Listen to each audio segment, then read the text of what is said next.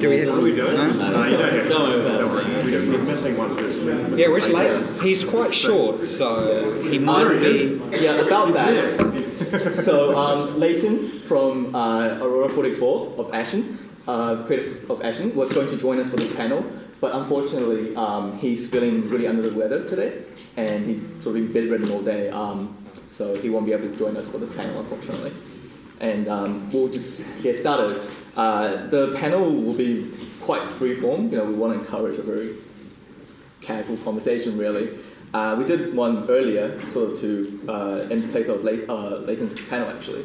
And how it really works is, I'll pretty much just put a few topics out there for the panelists to really kind of discuss amongst themselves and bring some new insights out. And if anyone in the crowd has any thoughts, feel free to put your hand up to give a comment or remark or question. Don't be afraid. And we'll just keep things casual. So I'm Allan. I'll be moderating this panel. And I'm also founder of Chromacon, which is a New Zealand indie arts festival. And we showcase New Zealand the independent illustrators and animators and creatives of all different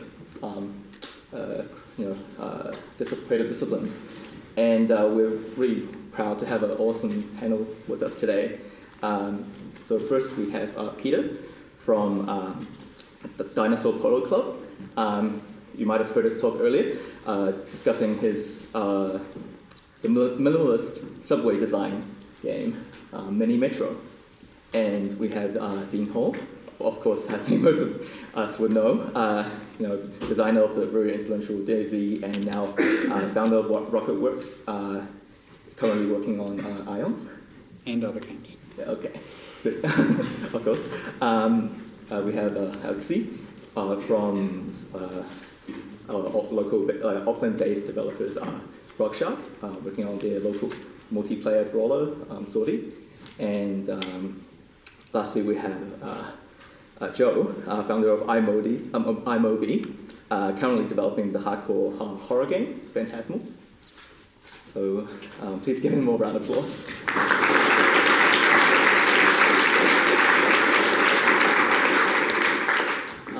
So really, because we titled this the Indie Game Dev Panel, I guess as a really broad question, just to kind of kick things off, I think a lot of us have very different interpretations of what that word means these days. So I guess for each of you, how do you feel about what does life as an independent game developer mean for you at this stage in time, or maybe in the near future? Anybody can start. For me, right now, it's actually like a day job. It's it's a bit of a sad way to begin. I don't really know where to go from there. So it's not what I expected. Life as an independent developer. Do you want the short answer or the long answer? Okay, so because I've always wanted, ever since I was a kid, since I had a firm idea of what I wanted to do for a job, it was to make games, specifically my own game. And when we did have Mini Metro, sort of when it first exploded, and heaps of people were playing it, and I remember it was just the same week I went full time, and I remember I had my laptop open and my email. I was just trying to get work done, but all I had it open to was the email. Because we'd actively solicited feedback from people. We were getting a ton of email, and I was trying to reply. Open up an email, read it, just trying to reply, and by the time I did that, another 4 or 5 emails would come in, and it was at that point, I thought, okay, sweet, I've made a game that people are playing. This is fantastic. You'd think that I'd be ecstatic about it, but it in some ways I was really actually kind of angry about it. Because I know it sounds weird and completely ridiculous, and it shouldn't be something you complain about. But at that point, I had enough people were obviously interested in it and playing it that it was sort of a financial inevitability that I had to then finish the game. If that makes sense, because it would be really silly of me to not do that. And then, of course, people were offering suggestions for the game because that's what we'd asked for. and saying, oh, the game has to do this and has to do that, and you've done the thing wrong here, and it doesn't work on my Linux distribution with blah blah blah blah. And sometimes I just like, well, if you think you know what to do with that game, just go and frickin' make your own game, right? And so at the same time, like the vaunted sort of independence, creative independence that you get as an indie, that just sort of went. And I was like, okay, I guess I have to make the game that these people want now. It was I kind of had a bit of a rough time for the first month or so getting used to that, and sometimes I sort of just want to fall asleep and wake up and not have to make this game. Obviously, things have calmed down since then. We've made a commercial release. It's doing well. Blah blah blah. But yeah, it's still the day job. It's still like the job is very much like a methodical day job. It still feels like our project, but at the same time, it feels like a game we're making for someone else.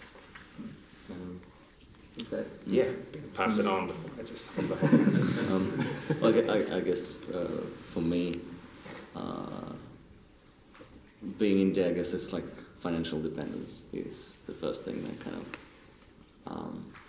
puts the flag that you're indie and you can do whatever you want, and we're not quite there yet. So because it's the first project that we're working on, and it's kind of like this big push. Now or never kind of thing, we'll do this, and if it doesn't work, we'll do something else, and we'll keep making games. But to reach that point, we're still like on the uphill climb of that process. So it doesn't quite feel like we're independent yet. I think for me, at the other end, maybe of a spectrum of an indie, is that ability to self-publish. And maybe even in a very high level with games that make hundreds of millions, that you can actually self-publish that, and that's where, kind of like you say, you get to make those decisions about what you want to do with your game, and you don't have to be beholden to the way a particular studio does it or a console manufacturer, says the guy who's wearing an Xbox hoodie. I'm only wearing it because it's the only one that's clean that I have, right? So I put Sony on my other sleeve or something, Wii up here or something. Yeah. But so I think for me, it's that ability to decide what you want to do, and you don't get to do that all the time. Sometimes your customers make that decision. Sometimes you run out of money and you need to find a publisher to help you finish a game. But at least you've made that decision yourself as a studio, and that to me is indie. But then most of us have a romantic notion of, like, who's watched the indie game? I think we all want to think, we can be tortured artists and that. But I don't know. But that's certainly not the reality. Having worked at and having worked at other places as well, the indie meeting room isn't necessarily that much different from the meeting room of a game project on a Ubisoft game or something. There's not that much difference. It's just you're making the decision and you're a team. Yeah, the idea that indie means independent from constraints is kind of ridiculous, right? Because it's just you're independent of different constraints. I mean, you have different set of constraints. I agree. 2 words: starving artist. That's me. Yeah, I think that's a really interesting point in terms of, like, I guess you actually have more decisions to make in that situation, and I guess it kind of leads on to another question I have, which is, how do you make those decisions in terms of, like, this is the game I'm going to be working on for the next 6 months or years, instead of all the other ideas you may have, like, because you have that, I guess, more creative liberty to choose now. What's your process like at the moment? I know for me, it's got to be a team decision. Okay. And the ultimate decision should be made by the people making the game. So with Rocketwerkz, when I was interviewing people, I was telling them about the idea that I wanted us to do, and there were other ideas as well. And what it turned out was that all the people we were hiring actually wanted to do one of the other ideas. So we went forward with that. And I think that you get a better result from that. And I think, to me, that's part of, that being indie, you can decide what you want to do. But it still has to be commercially viable if you want to be able to grow and do the other things you want. So it's like you say, you're not free of factors, but maybe a couple of the factors you actually get to make a decision on. Yeah, I think in our case, something similar too. So for those of you who came to the Kickstarter talk that I did earlier this morning, the way we came about our decision for which game to make was through accident, in a sense. We did a game jam, a 7-day FPS game jam, and that seemed to really do well. And then we just basically ran with it. So that was how our decision was made. I mean, the decisions behind what game we put forward for the game jam, that was sort of an idea I had banging around in my head for a long time. So that in a way, yeah, that was kind of what I wanted to make.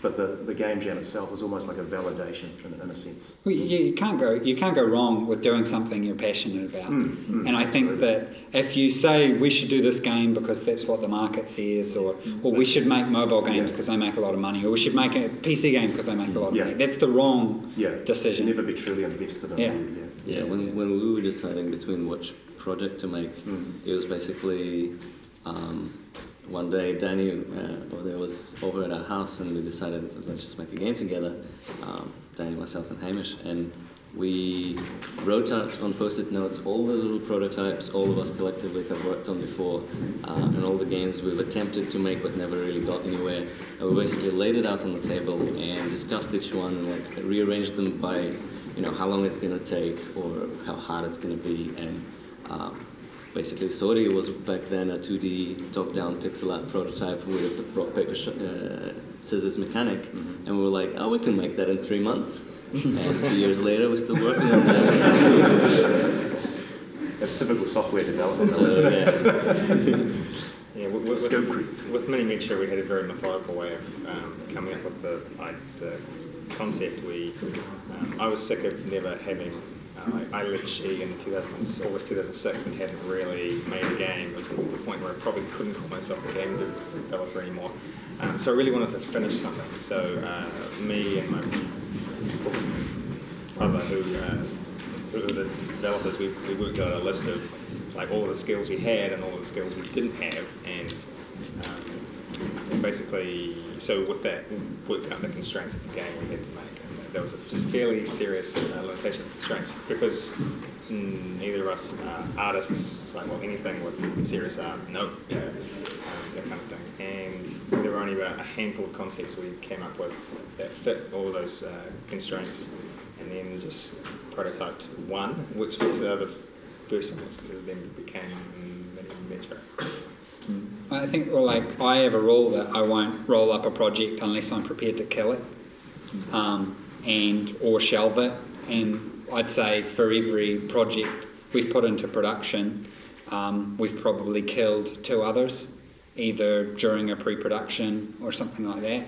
And I think, does everyone know the story of Kurt Schilling with, I can't even remember the name of his game, the baseball player who lost like 20 million. Lords of the Adler. If you're too invested, you end up in for a penny and in for a pound. And I think if you're an indie developer, you really got to avoid that. Make your mistakes early, but correct your mistakes early. If you're going to fail in the first, months, and say, what, we should, instead of making this, we should make that. Yeah. That's how Unity, the engine, started out. They were making a game, and the game was awful. I went to a really good talk by one of the Unity guys in Iceland recently, and he was saying the game was terrible, and then they suddenly realised, well, actually, hold on. The way we built the game is great. We could probably sell this. How do you decide then, in terms of if an idea is just crap or whatever, when to kill it? There's a lot of ways you have to look at it, and there's a lot of reasons why you kill a project. I look for those red flags that don't go away, so I don't look for reasons to keep doing it. I look for reasons to kill it. Right. And some of them will just jump out at you. Usually they're technical. It's taking too long to get to a point. Because otherwise you can just drag on. Yeah, if it's looking too hard, then it's probably too hard. Especially with PC, you can really just go down a giant rabbit hole. Yeah. Other than Sorry, but you guys post a lot of actual development work as well. Because Peter talked about open development process, and I know Joe is on early access. So that whole, and you know, Dean's gone through that experience as well. That whole, like, I guess, really early engagement with the community.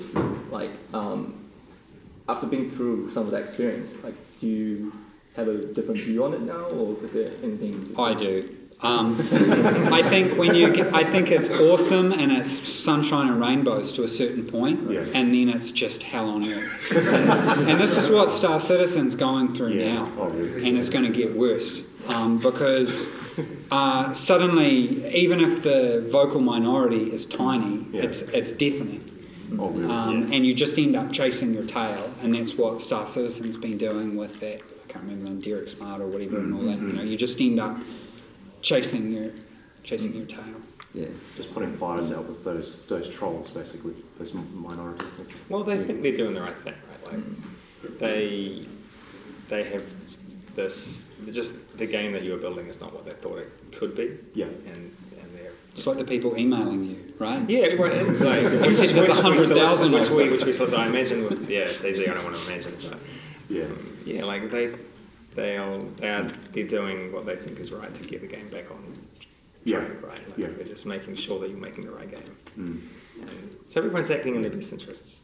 I agree with Dean. On, in our case, much smaller scale, but going on to early access gave us a lot of feedback. So, there were a few kind of people flaying away at us and stuff, and it's kind of important to figure out which is the noise and which is the stuff you should listen to. But I don't regret going on to early access at all, because there's a whole bunch of stuff that we didn't anticipate, and so we learned through a very small kind of introduction into Steam. So when we go to full release, then we know what not to do. So I thought that was really, really valuable for us. And that anger as well it means they like the game. Like if they didn't like the game, they wouldn't care. They wouldn't. No one would. Well, there's a fine line between love and hate, right? Yeah, right. Yeah. And you said like on some early access games, they're the most ardent detractors who have switched their reviews to big red thumbs down. They write this huge A4 page diatribe. I think like 150 plus hours on the game. Yeah, the one of the highest negative ones for DayZ on Steam right now has 1,200 hours. And I'm like, I accept all the criticism, but you paid $20 for that. Yeah. And like at that point, it's like, and what Steam was asking them is, would you recommend this game to others? Like, okay, I think with 1,500 hours, you can't reliably say no. Like, you can't anybody say no. Come on. I hate this game, but I have to keep playing it. Yeah. I certainly think early access, I have a little bit of mixed feelings with it. Right. But I think that the benefit it gives you, because you just don't know how, like I think video games is a little bit more art than science, even on the programming side. You're trying to do what's traditionally a 5-year development for an IT project crushed into 2 years, because you can't take 5 years, because it'll be old and someone else will have done it. And so it's sort of all chaos, and I think that agility that early access provides you, like KSP, it would have just, if they'd finished it all quietly, it would have just been firing a rocket up and it would have been kind of cool. But because so many people liked it, they were able to expand the scope. But also, like, for smaller teams like us, we can't afford QA teams, we can't afford giant testing facilities. It's just let the people work out all the problems and we'll fix them. To an extent. You can't. Of course. You don't ship a broken like game, crashes, you do your best, and then if there are problems, you listen. Yeah. For us, it was purely a financial reason. We thought we'd have the game done a lot earlier than we did. And when we realised that wasn't going to happen, it's like, okay, well, we can accept it onto Steam. Let's just do this early access thing, and it's a very dangerous thing to do. It is, but the alternative used to be you hop on a plane, go to GDC, and pray that you find a publisher who's going to give you the money to finish it and sell your soul, basically. It's a fantastic option to have for independent development, but it comes with a huge bunch of red flags you've got to watch out for. Put up your hand if you want to interject. Throw it. How do you deal with issues of discoverability? I feel like a real cad when people ask that because our game just got discovered. So, yeah. Do you want someone who struggled through it? Probably more relatable. Okay. So I mean, we kind of follow through all the steps that you should do. So one of them was going through basically a massive contact list full of press, YouTubers, Twitch streamers, and just taking a massive shotgun and hoping that it would all stick. So it was a bit like door-to-door sales, so going knocking on all these doors and hoping someone would just slam the door and you tell them to piss off. And I'd say 95% of people did, but out of the people that did reply, I mean, one of them was PewDiePie, who ended up playing a game. So it works. It is largely a numbers game, in our case anyway. But then, like, how many of the PewDiePie's view count on his video of your game? How much of that translated into sales? Well, that was during the Kickstarter. So one guy gave us $1,000. Okay. I think for me, I think a lot of it is you need to find the people who want to play your game. Because with how connected we are with social media, if you can find your community, and I don't think it's just one person, you need to find the community. Like for DayZ, the community was 4chan. That was the people who started playing the game. Right. The best and the worst of humanity mixed in one place. You know, it's like tapping into the raw, like, part of the brain that's of creation. And so, you know, that stuck with. That's kind of what DayZ is. It's the best and worst of video gaming mashed into one. And so I think if you can find the community, and the example I used, I was telling someone about it. Factorio is an amazing game if you're into tycoon games. And, you know, that a lot of people don't know about this. And the Factorio people don't mind because they have this fanatical community who are following that. You know, RimWorld is another game. Who's played RimWorld by Tinian Sylvester? He wrote an amazing book on game design. Like, he has this... So I think if you can find that community, I personally think that's better than paying a YouTuber $10,000 to play your game. But maybe it doesn't have the same instant results, but... Yeah, that's sort of actually what happened with us. We inadvertently appealed to a lot of people that...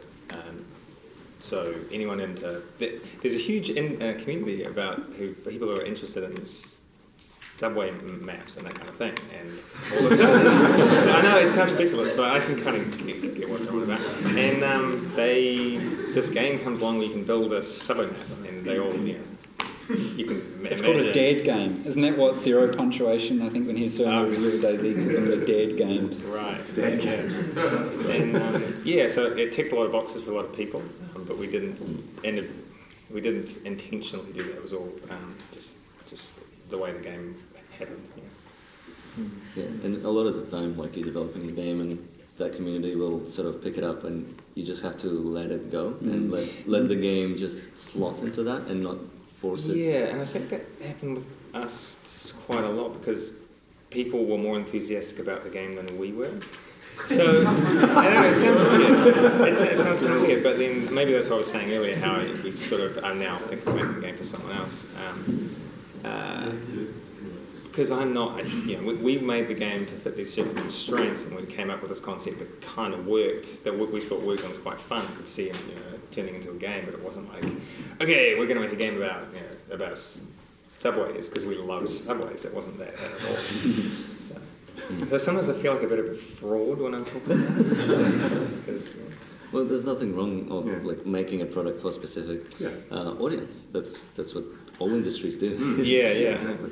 It clashes with the sort of the starving artist indie image, right? A lot of people say, like with DayZ, they'll say, oh, well, you know, it was, everybody noticed it, so whatever. But I did do tangible things. Like, one of the things we did was deliberately had no central place for you to talk about DayZ. There was no forums, no nothing. In fact, there was no announcement. The way the mod was released was I set up a video game server and put DayZ Zombie RPG in the name. And then people started joining it. And what that did was it meant if you wanted to talk about DayZ, you had to do it somewhere else. Right. So Thread and NeoGAF started talking about DayZ. EVE players came in from 4chan because they hang out there when they're not causing trouble in EVE. and it was, I think it was the goons who picked it up as well. So, you know, and it became a rite of passage because you had to know how to install it because it was totally asinine and crazy and that kind of stuff. So I think you just need to have a strategy, and different strategies, I guess, will work. No strategy is probably terrible. Communities against each other. Yeah. But like you say, you shouldn't just maybe get some rule book and just go through it. You need to sort of target it, I reckon, to what you're trying to do. I think that's a good comment. Oh, it wasn't a good question for last minute. Did any of you ever think to hire one of your invested trolls that was sending you invested troll mail to deal with your invested troll mail? I thought that might be a good move. I think that you've really got to watch with community management, because you just put up Just the really bad troll mail. you put up barriers, though. Even with a good community manager, you got to watch. Like, I reckon if your community manager has to be embedded in the development, they can't just be a mouthpiece. And if you hire the troll, they're just going to get in a fight. That's what Peter Bonniman said. Like, Goddess, the biggest criticism, like the guy who had the most criticism for Goddess, he's developing Goddess now. It's like, It kind of backfired a little bit when he said some really honest stuff in their dev blog. Yes. So Yeah, like I do agree, the community management has to be an integral part of the development. Like every time we have a conversation with someone who's publishing games or anything, and they're like, or PR firm, and they're like, we'll run your Twitter for you, and I'm always like, no, because it's their job to know everything about the game, but that in itself is not enough. You got to believe in the same things you believe in, and they might not actually pick up on some of those things. and social media is about engagement and open development. Your community has to feel like they're actually talking with you, not with authenticity. Yeah. Interesting about the trolls and the flaming and stuff, because after our Steam early access launch, I was pretty tired, so I think I had like 3 hours of sleep, and then when I woke up, I think I saw all these flames already. Like, guys I sent review codes to, like, actually gave us bad reviews, like, as soon as we launched. So my initial reaction was, so I told my marketing guy, rang him up, he's over in Brizzy, and I said, I just want to flame these guys. He said, do not do that. And I said, okay, the customer is always right. So all these flames hate things, and I said, I'm sorry you hate our game. What can we do to make it better? And the funny thing was, as soon as we took that policy of just constant positivity, all these guys came back and said, oh, thanks for replying to me. Yeah, we could do this. And they became one of our most ardent supporters. So it was really cool. Just reacting with positivity. I've definitely found that. Sometimes you'll like post on Reddit or whatever, and someone's wrote this scathing thing, and you actually reply, and it's because people don't humanise. Yeah. They don't humanise you. Oh, Dean replied to me. Yeah. Well, they don't realise you're an actual person. It's something on the internet that you do. You're just hating on something, and you just don't think in your head that actually that's a real person, and that they might actually read what you've written. Anyone else? We're getting super philosophical. Well, it's always easy to have a Twitter meltdown, right? Like that. Yeah. I don't know if that's the best way to engage an audience. What's life without having a Twitter meltdown, It's all part of the charm. You've got to be wrong occasionally. Yeah. But it sticks with you, though. Like, You've got a question behind you. You guys that are doing the early access thing and managing expectations and kind of possibly polarizing people with decisions you make, how do you just say to some people, like, I know you would want it to be that thing, but it's not going to be that thing? Well, I can think of a million ways that we did it wrong. A good roadmap really helps with that. And I can think of just about every game except my games that have good roadmaps, like Hearthstone. No, not Hearthstone. It's like a Minecrafty... RTS sort of a Minecraft thing. Terraria. No. It's Stone Hearth. maybe it's Stone Hearth. I think it's Stone Hearth. They had a Kickstarter. Hearthstone's in our game. Yeah. But it's got a really good roadmap. Yeah. That outlines, how stuff go together, and I think that helps with that managing expectations. God, that's the biggest lesson if you're going into early access. But it can a little bit still. Like, some people just don't read those things. Oh, you Come just- on, current ideas. I guess it helps to reduce also quite dangerous, isn't it? Like, because Space-Based DF9 did that. But then when he cancelled it, people just took that roadmap and said, all these things you listed, you didn't do. Don't make a game in San Francisco. That's like, asking for it. Steam actually revised their policies on communication through early access because of that. So basically made it so you Can't make promises. You can't make promises. You say, here's what we want to add to the game, and try to communicate as much to people who are potentially going to buy an early access game that unless you're comfortable paying the list price for the game as it is right now, don't buy it.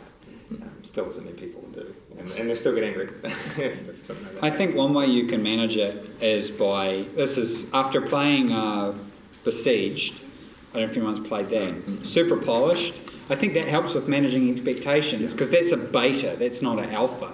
So if you release it as a beta, people look at it and they pay however much it is and they're happy because, like you say, what they're getting is they feel like they're getting value for money. And then anything you do on top of that's gravy. So, but obviously you've got to have the money to get to that point, which, as you've heard, is often not the reason you're releasing. Yeah, we have the same. Like you're saying, you want to give away what it is for a reasonable price, and it may not be a finished game in what you initially planned or whatever. But then another approach people take is to make it slightly prohibitively expensive, so only the serious people will pick it up. Yeah, that was a policy we were thinking of adopting, but in the end we went for the increasing the price as we approach release. But yeah, I think that's probably more honest, because the classic comparison is if you back a Kickstarter game, you don't back it at a reduced rate to get beta access. You pay more to get beta access. I only know of Blame Beer's game. I think that's done that famously. Prison Architect did that. They were overpriced, and that's what they deliberately did. Planetary Annihilation and Elite Dangerous, ridiculously expensive. I think we're massively undervaluing games, and we do it ourselves. I hate sales. If I had my way, I wish it was in my DayZ contract. I actually got it pulled from a sale because no one asked me at one point. I think sale mentality that everyone heralds is awesome about Steam. I think it's really bad. It doesn't hurt you so much if your game's single player, but I've talked to so many indies who were looking for money because they gave away their game basically for free with Humble Bundle. And then, yay, we've got 300,000 people who've got our game, but most of the people paid 20 cents. 20 cents. And those, you want people playing your game who value the game. Yeah, invested the ones in it. who pay a high price. I want to make a Rocketwerkz rule that our game never goes on sale, ever, so that people know that if they want to buy the game, but at the same time, if you do that, you have to set fair prices, which doesn't mean doubling your New Zealand game prices, which is what people do, basically. Yeah, it's a very much more honest way of development because as soon as you discount, it's you don't want to communicate in advance with discounting, and then people get angry if they buy the game and discounts the next day. And you can never go up in price. Like once it's one certain price. And you can do it. Like Valve thought I'd gone completely insane with DayZ because we were supposed to release on the 6th of December, just before the Steam sale, and we delayed until like the 13th. And then I emailed them and said, right, we're ready to go. And they're like, you're crazy, you can't just sort of push the button and go. And they're like, it's the Steam sale. You're going to release in the middle of a Steam sale. Not only do they advise you don't do that, but we're also not going to be discounted. And we were the first title ever to release during the Steam sale and with no discount, and then top the Steam sale the entire way through. So, but I won't say there's any strategy. That was probably just absolute pig-headed determination. But I really strongly think that, particularly if you're making multiplayer games that have infrastructure costs, you really need to not undersell your game. You better have less customers, I think, that are really invested in your game. At the same time, with the multiplayer game, though, you need you need enough of a mass. True. Although I have a pillar that I attach to all my multiplayer games that it's fun to play alone. Like, if you do that, it's like you can't do that with Counter-Strike or something, but with DayZ, you spend half your time alone running around anyway. So you don't actually know how many people are on the server. Just talking about roadmaps and funding and keeping people's expectations in check. Have you guys seen how Aught Online is funding their game? They have, they get donations for the game, like it's backed by people who are playing them. But they have a roadmap and they're using it as sort of like milestones. So they're like, when it hits this amount, we're going to implement this feature, and these are the features that we're going to implement later. And the community also decides which feature they work on next. But I think it's based on what they feasibly think they can work on next. Yeah. It's kind of cool. That sounds like a good idea if it works for a certain kind of game. Obviously, you have to has to be a game with compartmentalized features. And, Yeah, it's a really Minecraft-y game. Yeah, So. Yeah, because you don't want to set up dependencies where you can't do that feature without this other one. Doesn't Rust do that actually? Rust has the open Trello, right? And people just vote on stuff. Yeah. I don't know if that works or not. I don't play it that. seems to work out right. Well, so far. I don't know. Financially. I haven't played the game, but it's Or it can be like Dwarf Fortress and just slowly chip at it, but people donate enough to keep it Yeah, going I mean, forever. it's a point I disagree with on Valve about the promises. I felt like they knee-jerked back from the Dwarf Fortress and Towns type thing, because I don't like Kickstarter. I have a philosophical issue with it. I feel okay with early access, because yes, you're buying something that's unfinished, but at least you're getting something. I can at least turn around and say to a customer, here's the game. You can play something, and you're giving money, and we're going to finish it. But you're getting something. It's not a promise. It's like a progress. So I'd like to see if you could mash Kickstarter with early access. So you have that. We hit this many sales. We will do this. It's just that a few people have sort of pulled out from that.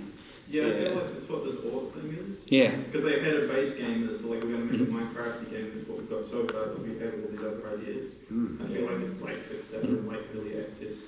And the expectations and shit. I'm waiting to see what happens with Star Citizen. I think that will define the rule book of how we approach this, because they have our problem but times a million, which is you get this echo chamber of how it is, which is not actually realistic. People harp on that, the game was supposed to be released in this date, and you have people telling you that the game was developed since 2010 and that. And I'm like, well, you didn't even exist then. And so, yeah, I just worry people will get fatigued with it. Like, how long was Minecraft in development? Not actually that long. A couple of years. Yeah, it's something I mentioned briefly in my talk is that with any sort of early community involvement, you do give up design control. You give up the absolute control you have on a closed development game. So the earlier you involve people, the earlier you have to. The earlier it's difficult to go back on design decisions. And Kickstarter is basically the earliest you can go. It's way riskier than early access because you're saying this is a game I'm going to make, and the design insights you get, of course, you want them all at the beginning, but they're evenly spread throughout development. And so if you kickstart and then towards the end of development you receive some design insights, there's very little you can do with them. So. And there are sometimes, if you're doing a closed development, you might cancel or change your mind about large swathes of the game. Yeah, and you can't. Well, you can, but it's difficult. Like Rust did it, they got rid of zombies quite early on. Because originally, I know Gary quite well, it literally started out as a clone of DayZ. That was what they wanted to do. But then when it started picking up, they realised that that's not what they wanted to do, and that he wanted to actually make a survival game that wasn't just a clone. So they ripped it out and people got mad, but then they got over it. But that's maybe an exception rather than a rule. Yeah, because people always have a negative. Like every time Facebook reskins or shifts a button, it's always put down the button doing over there, put it back here. It can be hard to treat it objectively. Dean, you mentioned a bit in your keynote that you sort of attach your personality, at least your online presence, to the game.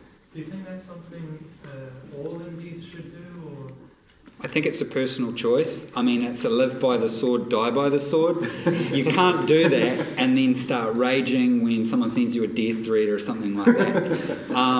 And, because I have a lot of people say, it's terrible, if someone called you this and that online. But a lot of people would kill to have the profile where people get so angry that they're tweeting abuse or, and that kind of stuff. I mean, it doesn't mean that that's acceptable.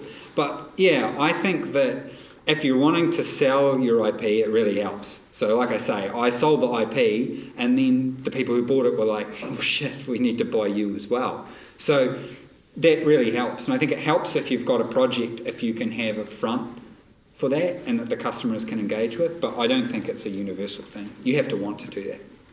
Yeah, it makes for a good story, doesn't it? Like, Yeah. Like people like to think that there's one person behind the project. Yeah. You know, like I think I was talking to someone earlier about, you know, people didn't say how come Bohemia haven't released DayZ standalone. It's like, how come Dean hasn't released something DayZ saying? It's like, you know, this image of you hacking away your computer. It's just completely ridiculous. But that's what people like to think. I got quite a few. I actually have a What's the worst contact thing? at What's the the worst FBI. thing? The worst one was someone sent me a Reddit PM message. I've still got a copy of it, and it was like, it was really specific. Yeah. And it was really well thought out. It was like, I wish you had died on Everest and your body was frozen and all this kind of stuff.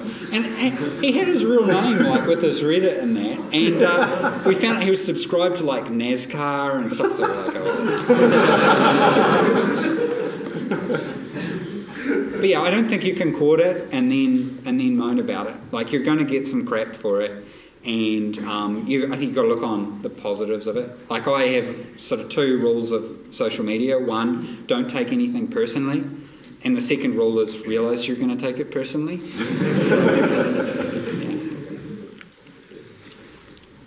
Yeah, because at the end of the day, there's like going to be one person talking shit and whatever. It's always going to be haters, man. Like, Haters going to hate.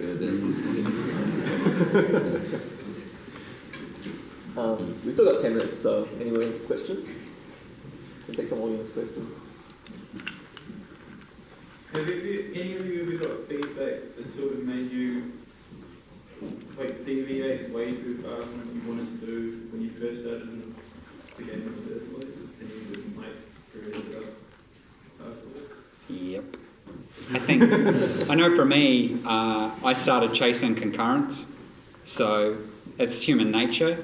You translate concurrence for a multiplayer game to your worth. It's kind of like probably a newscaster chasing ratings. And you start to identify with your persona, your internet persona. You know, like my life stopped, that my real life stopped the DayZ took off. Like, I had a career and all this other sorts of stuff. It ended and something new started, and you're that new thing. And so that's when I got carried away with concurrence, and I changed a lot of the game to try and pander. And that was a big mistake, and it took a while to actually reverse that. We might not have even reversed all the damage that caused. But again, it's human nature, and you've got to cut yourself some slack, you know. I mean, dealing with the stuff is hard. You know, everyone here, or you know, most people work in video games. Video games is really hard. And so, yeah, I don't know anyone else. Yeah, we had some issues during development where, because the way the game's built, the way Minimetro is built, it's like on an axis between it could either be a very accessible, like relatively lightweight game to being quite a hardcore simulation game. Hardcore. We were off sort of more this way, away from hardcore. We always wanted to be more accessible. Dirty word. Yeah, quite a lot of feedback we got was the sort of the hardcore players that wanted to push it that way. So yeah, I don't think you actually emailed me about it then, but non-diplomed probably. Yeah, so that was an issue for us. Like, responding to the feedback and treating a vocal minority as if they're speaking for the community. In hindsight, I think more analytics in there would have been better, because that way you capture the way everyone's playing the game, not just the people who are actually contacting you. Yeah, like you were saying, you feel like you're making a game for other people. Have you sort of like made peace with that and found something you like within that, or? The money helps. Yeah, it's kind of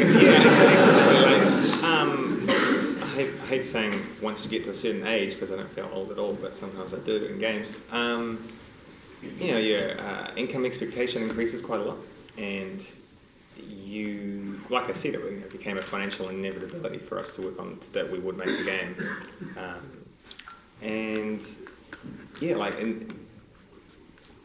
it's something we need to maintain, and how to put this. like if there is ever a next game, I don't even know if there will be a next game after this, to be honest, because it's much easier. Like we know we've got something that works, and it's much easier for us to extend it and try to increase the value of that one thing we've got that works, rather than try to come up with another brand new idea. But, the odds that I'll ever come up with another idea that will reach, have the reach that Metric is pretty daggone slim, I think, at this point. I'm real good friends with Philippe, the designer behind KSP. Curious enough, he started out programming by writing scripts for Operation Flashpoint. Like, it's such a small little world. But they basically the same thing. They were an advertising agency. He wanted to make a game, so he kind of convinced them, hey, let's make this silly little game. And so they started making that. And now they're like partnered with NASA, and they have people hounding them, because there's two huge camps with KSP. There's the people who are just, lol, like my sister, she still hasn't got to the moon, like what the hell. And then there's the people who take it really seriously, and they want to pull it, which is me, and pull it like way in the other direction. And they have the same issue. And it was kind of like so successful that they had to focus their whole studio and almost their whole lives on that. And it runs away. Yeah. And then you feel like a dick complaining. Yeah, I guess at which point do you allow the project to own you? Yeah, that's the question I was going to ask. Like, this leads to that question. Like, when do you decide, like, it's time for the next thing, or this thing? Yeah. Well, just for our project, I mean, we've got still so many different avenues to pursue. Of course, there's the iOS release, which is such an obvious thing to do, which should be out already. And then, just there's a lot of different ways we can take it from there. And I imagine we'll be working on it for at least another year, if not more. So I don't know. I don't know when we'll abandon it. Yeah, I guess we're not at that stage yet where people are suggesting groundbreaking changes to our game. Because, well, with DayZ, I was going to say with DayZ, we're in the middle of replacing DirectX 9 with DirectX 11, so it's fun. A 10-year-old engine. It does sound quite fun. I hate to say it. You could do it.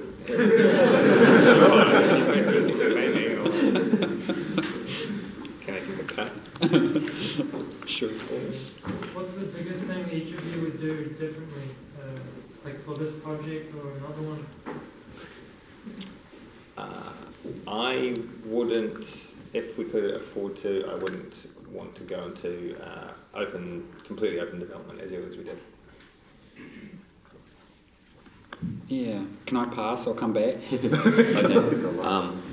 I probably would learn to code much earlier and probably create way more prototypes of my own before I kind of jump on a big multi-year project. For us, I think we would, before each of the stages that we went through, we would have potentially gone through and polished it a lot more. So before early access, before Kickstarter, all of that stuff, we would have just put on an extra bit of polish of it. I think for me, it's don't wait. Like, it took a whole bunch of things to happen in my life for me to go, finally, screw it. I don't care about what car I drive or what house I have or stuff like that.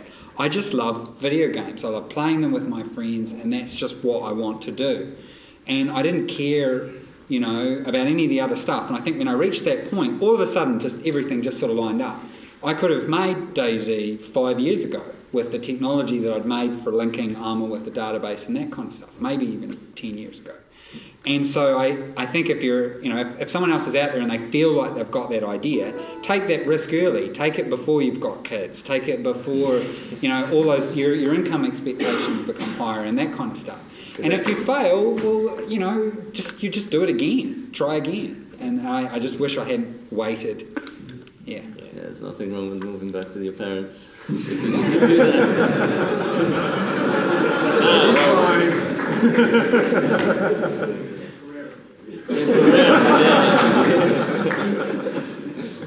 I effectively live with my parents. I actually have no.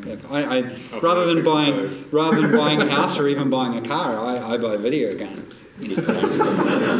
Actually, Matt was saying that he moved back to the farm with his parents for a little while and just kept on working on his IELTS games until he made it. Yeah, every time I go to buy something, I look at it and I'm like, that's like that many people's salary or whatever. You know, it's a whole other project that you could roll up. Yeah. Yeah, I've failed, by the way, a lot more than succeeded. So, it is important to start things. Fail that fast. probably means you Fail. work more. Yeah, exactly. Cool. Just because this is like the wrap-up session, really, for our stream as well. So, there's another ending session. But I can't help but feel asked, like, other than New Zealand having $1 billion in the game industry in general, what's the future like for you guys? Like, what's the next goalpost or next For us or for the nation? Well, both personal and broader, like, views, I suppose. Yeah. I really want to get back into prototyping, so our next big milestone is the iPad release, and then after that we really want to set aside a couple of days a week to start working on some of the stuff, because I'm sick of dreams.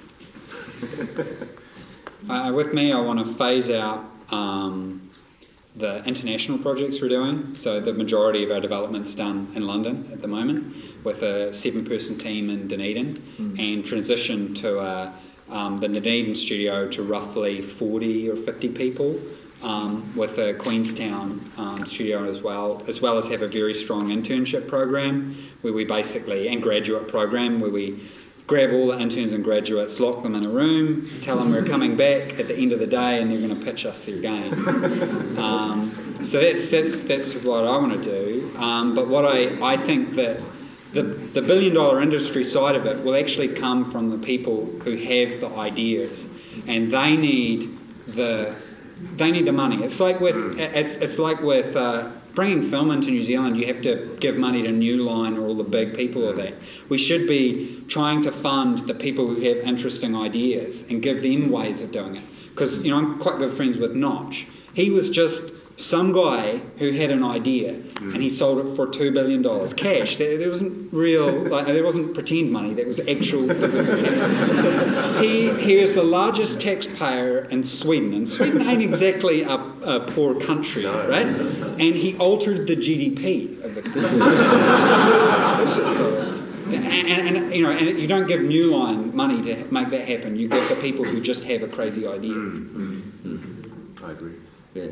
Oh, I guess got to climb this hill before I can see what's on the other side. But if this thing takes off and sort of does grant some form of financial independence, maybe at least to work for another year on something, I probably would like to just travel and make more things. In our case, so we have a long-term business direction to basically create survival horror roguelikes. So definitely in the I want to be Dean, basically, to make it simple. Yeah. So, but seriously, after Phantasmal is finished, we want to revisit. So I come from a long IT background and software testing. And so we definitely want to relook at everything we've done and just really tighten everything up and say, for the next project, how do we do it better, faster, and for less money? So that's kind of where we're going. And also have an emphasis in VR as well, which is my passion, other passion.